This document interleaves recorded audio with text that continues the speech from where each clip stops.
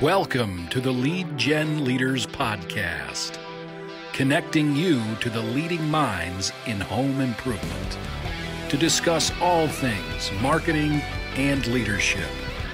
And now, your host, Kyle Powers.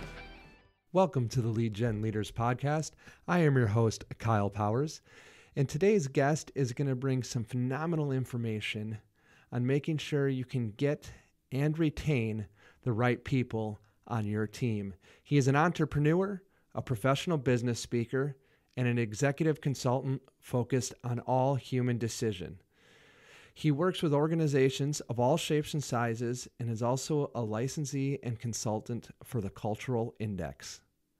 I'd like to welcome Chaz Mascarino.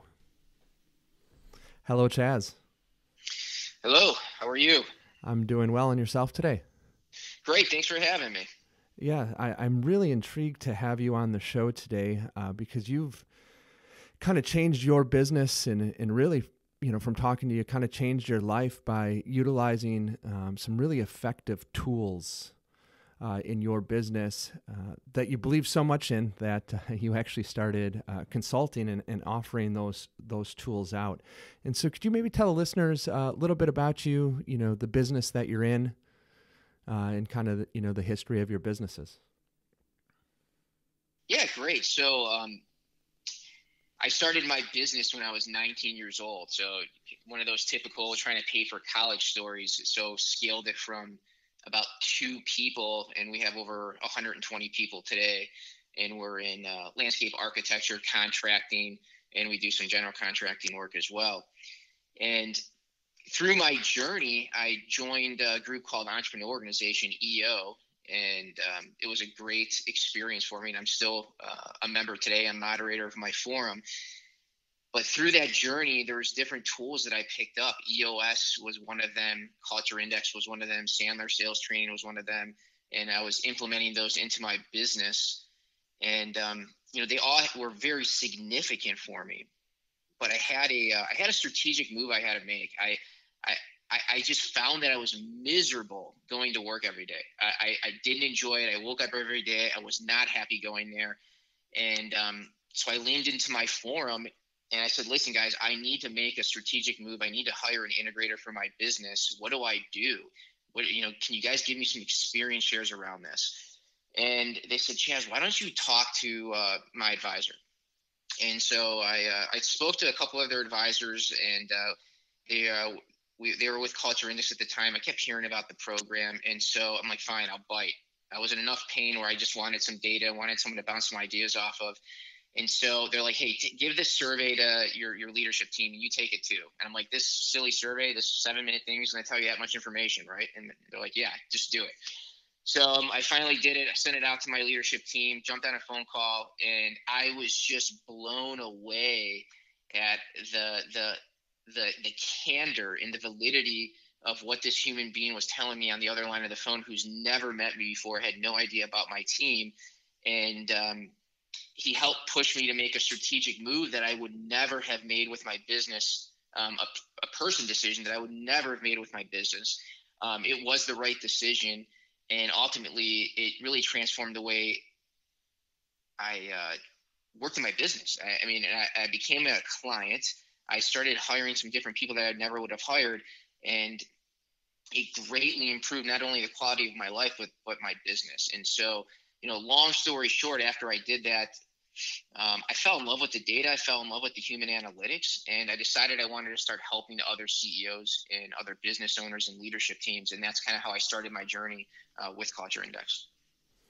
Awesome. Yeah, that's a great story. A lot of great ideas are birthed out of kind of desperation, right? Trying to get better and get out of the rat wheel of every day of trying to get it work. And, something kind of behind that, for our listeners, they're trying to build, their home improvement business, home services business. They're worried about generating leads and making sales. And I know just for my, personal history of building teams and stuff, one of the biggest stressors I always had is, we had the systems in place to generate the leads, to make the sales, but not having the right people there doing that just cause an awful lot of stress trying to essentially fit right the round peg in the square hole, kind of thing. And so tell me what this tool, Cultural Index, helps you do with that.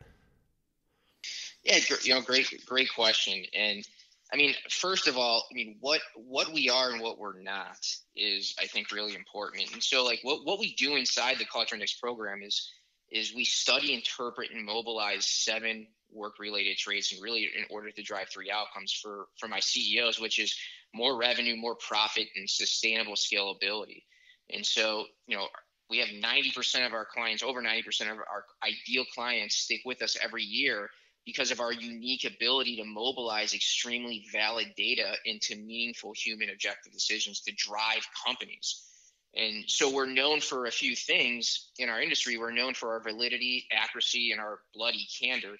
What we don't do is kumbaya, rainbows, and butterflies. I mean, we're here to tell CEOs in a direct, blunt, factual manner, like I told you before, not to be disrespectful, but to tell them what they need to hear, because there's a war on talent and we don't pitter patter around it. It's all about bigger, faster, stronger, 7 work-related traits. And my specialty is mobilization of this data inside these companies. So to get to your question about sales, and how do we drive sales growth is, I mean, we've heard it a million times. It's all about the right people in the right seats.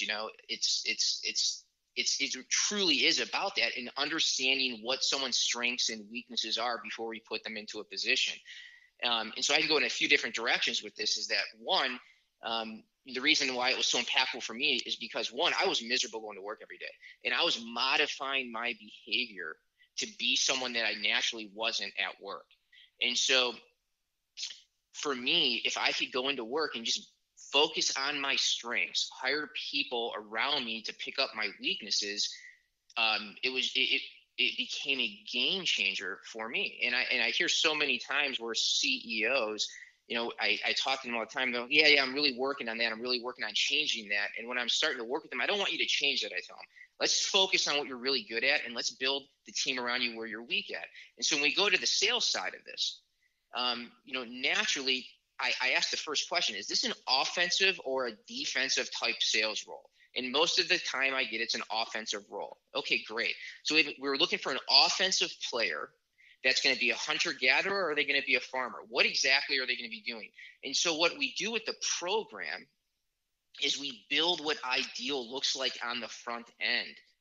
So what we call it's our C job analysis is what we call it. It's just a fancy questionnaire that we put out. And for whoever's opinion that we want to get inside the organization, we have them take this 10-minute survey, and they build what that ideal position looks like.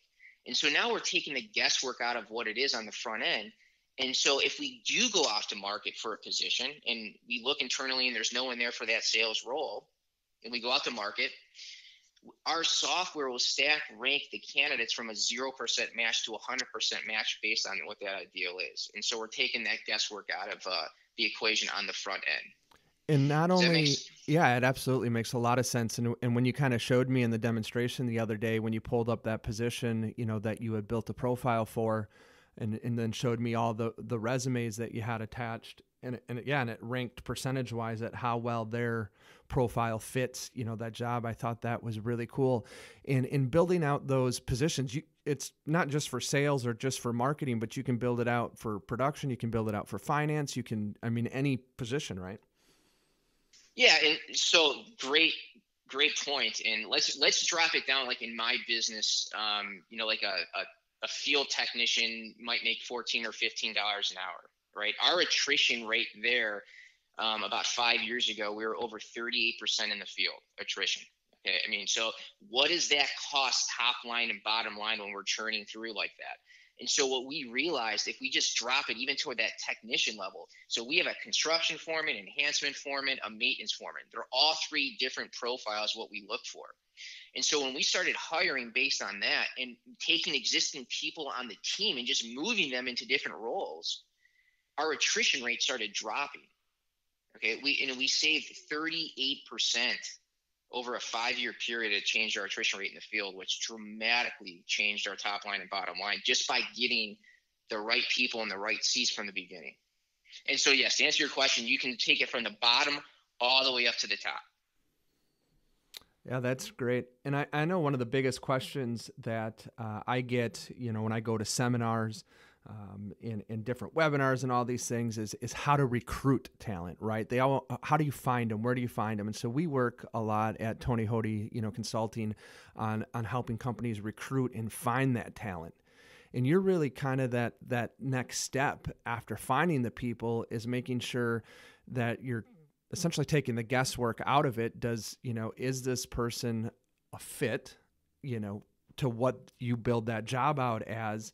And because I see so many companies that, essentially hire in desperation, right? And so what we were kind of talking about in the beginning, why you initially got into Cultural Index, is because you were stressed. You were trying to be someone that you weren't.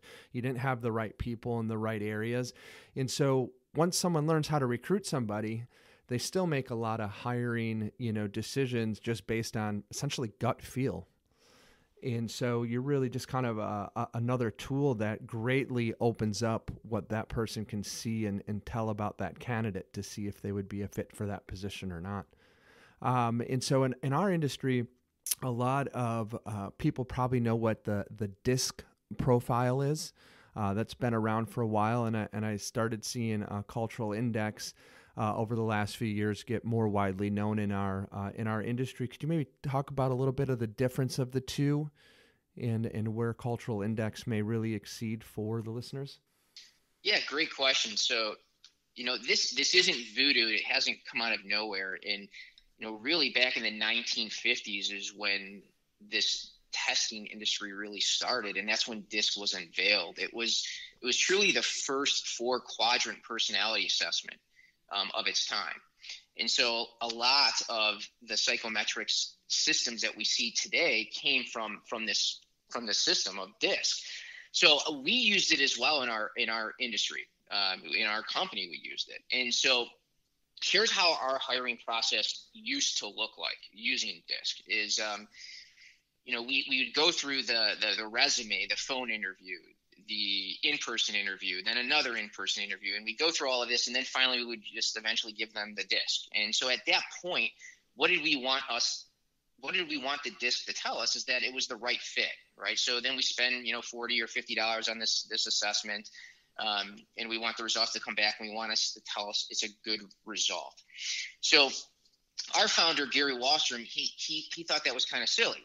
He wanted to change the way we went through that whole process. And so a lot of the DISC systems that we see as well are some of the other psychometrics, Myers-Briggs, Predictive Index, they lead through HR and they sell to HR. And that's not what we want to do. HR has a role, but it's a top-down approach, and it has to start with the CEO. So it's based on where the CEO is going and what his or her goals are.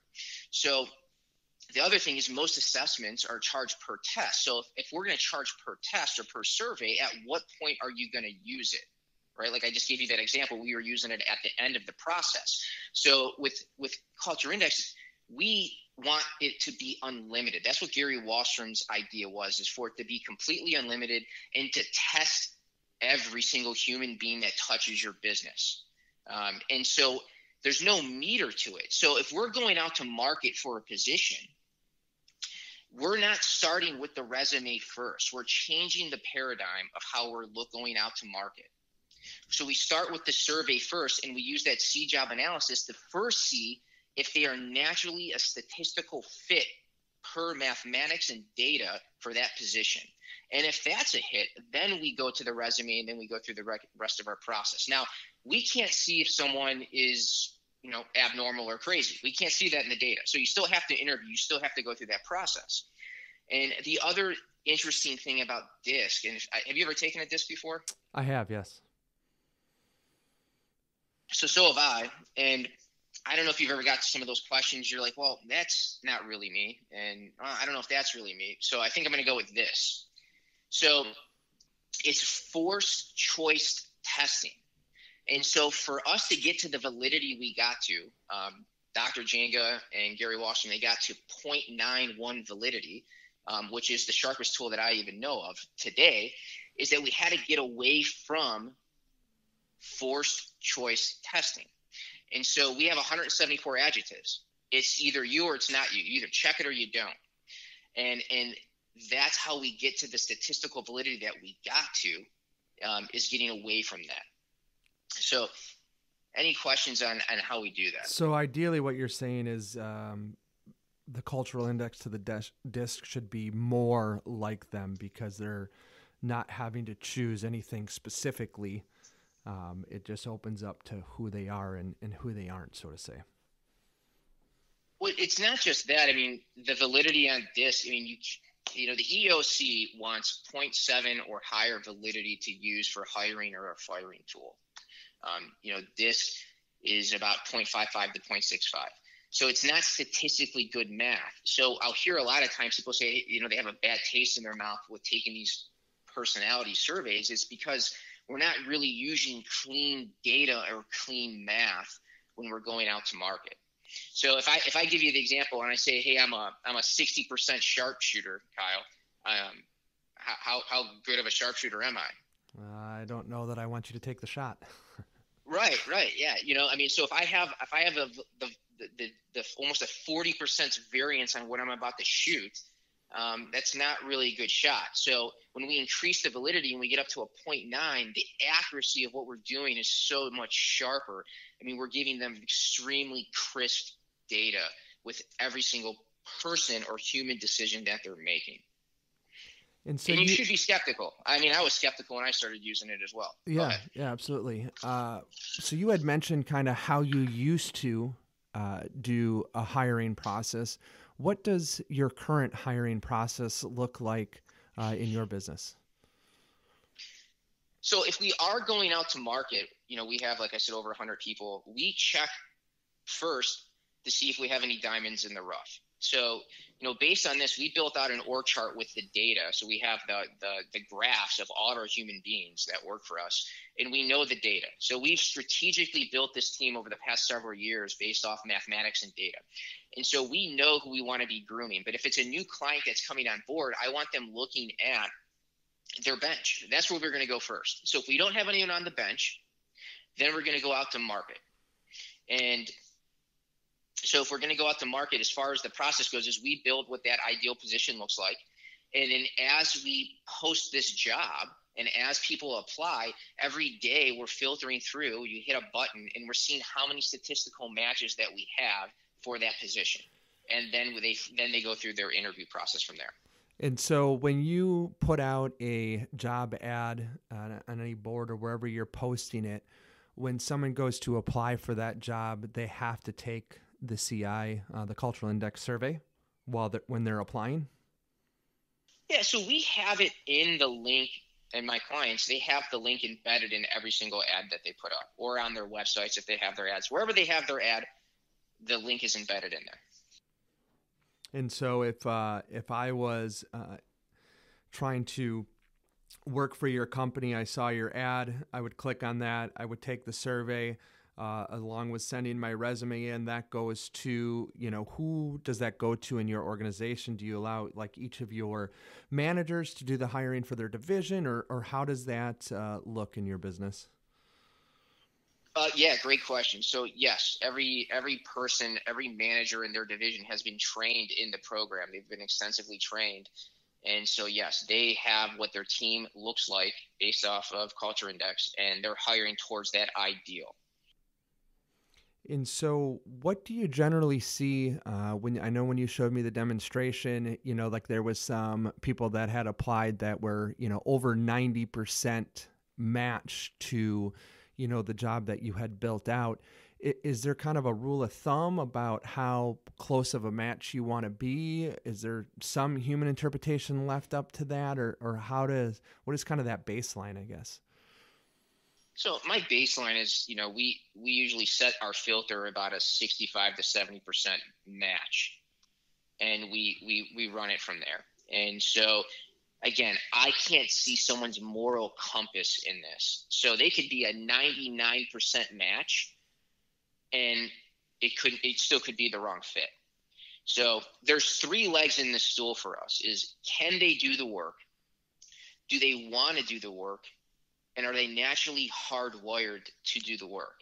And the first two I can't see. If they can't do it, or they might not want to even drive to where our location is, I can't change that. They might not want to do the work that we're asking them to do.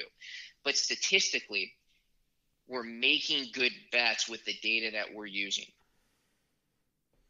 Yeah, so it's not the end-all answer. So you still have a process and system set up to fill in those first two buckets. Yeah, it's not a silver bullet, but we're increasing the likelihood of success for every position in everybody's company. So we're stacking the deck in their favor for every single strategic person or human they're bringing into their organization. And a lot of the companies that I see, especially those 15 million and under that we're working with, is that, they'll be lacking what I like to call some vitamin A. So I have a huge visionary CEO that's got the brunt of his whole company riding on his shoulder, and he hasn't either learned or hasn't found how to surround himself with more vitamin A, like what I like to call it, or more highly autonomous individuals on the team to help drive growth. So there's those three legs of the stool. There's three pillars, which is there's the gas pedal, there's the brake pedal, and there's the people glue for every organization. And if we don't have all three of those in an organization, the probability of success isn't going to go up. We need all three to win games. And so that's what we focus on with the CEOs. Yeah, that's great. I know having at least creating any system or process. I see so many companies that just have nothing, right? They want to, hey, I think we need to hire somebody. Okay. And they throw an ad out somewhere, and, they hire in desperation, but what that just causes back, in the long run is stress and poor performance for everybody. But every once in a while you get lucky, right? And you get the right person in there. And I love how you utilize different tools and you have that system set up. And so I would say for any of the listeners, if you're going to be hiring people, is to create some sort of process and use any tools that are available to you to help you come to that. So when you first meet with a potential client on this and stuff, what are you trying to find from them to make sure that this is going to be a good fit and they're going to utilize this? And so when we first start with is we have them survey themselves. We have them survey themselves and their leadership team to see if it's going to be the right fit. I mean, we're and it's not for everybody. We're strictly working with strategic visionary CEOs to help them put a strategic plan in place for the organization or give them a lens on the organization. So where are they going? Where are the problems and where are the successes? And how are we going to transform that design based on people? Awesome. That's good stuff, and really kind of help them, build that out from there. So Chaz, a lot of great information here on utilizing, this tool. That's I think a big tool to put in someone's toolbox to make sure their company's definitely going in the right direction and they're getting that right people in the right seats on the bus. Kind of brings me to the end of our segment here, Power's Powerful Point. Chaz, what powerful point do you have for the listeners today? I think the paradigm shift for me was that it's more about understanding and leveraging the data to drive business growth rather than simply using it as a hiring tool. So we can keep bringing on A players to a team, but if we don't know how to onboard them and motivate them, what happens?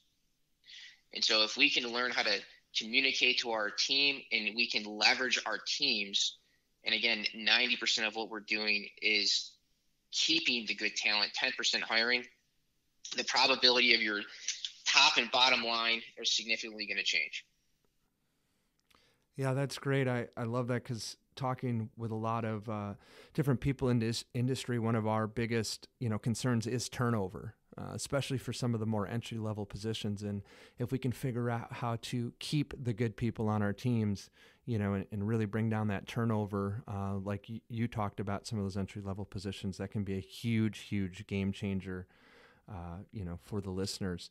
And I understand that you actually have a great offer for the listeners. Something to get them involved with this. Could you tell me about that a little bit? Yeah. So anyone that has any interest in taking this for a test drive and seeing what kind of horsepower or lack thereof you have on the team, I'd be happy to give them a complimentary access to survey their whole leadership team, followed by a complimentary 30-minute call if they so choose to go through their team and understand high level what they have. And they can reach me at chazmascarino.com, or I'm sure you'll have my email and other information after the show that you can give them. Yeah, absolutely. What we'll do is we'll just put that link right in on our website on tonyhoodie.com with the podcast there, so they can easily just click through and find you. Chaz, I thank you so much for your time here on the show today. I really appreciate that offer that you're giving out to the listeners to go ahead and survey their leadership team and have a free call behind that, because I know you tested me.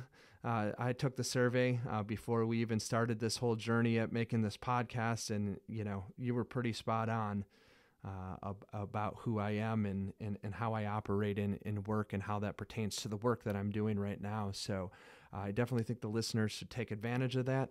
And again, thank you so much for being on the show, and I look forward to having you on a future podcast. Thank you. Thank you for listening to the Lead Gen Leaders Podcast. For a free consultation on how Tony Hoodie Training and Consulting can assist with your home remodeling business, please visit tonyhoodie.com. That's TonyHoty.com. Thank you for listening.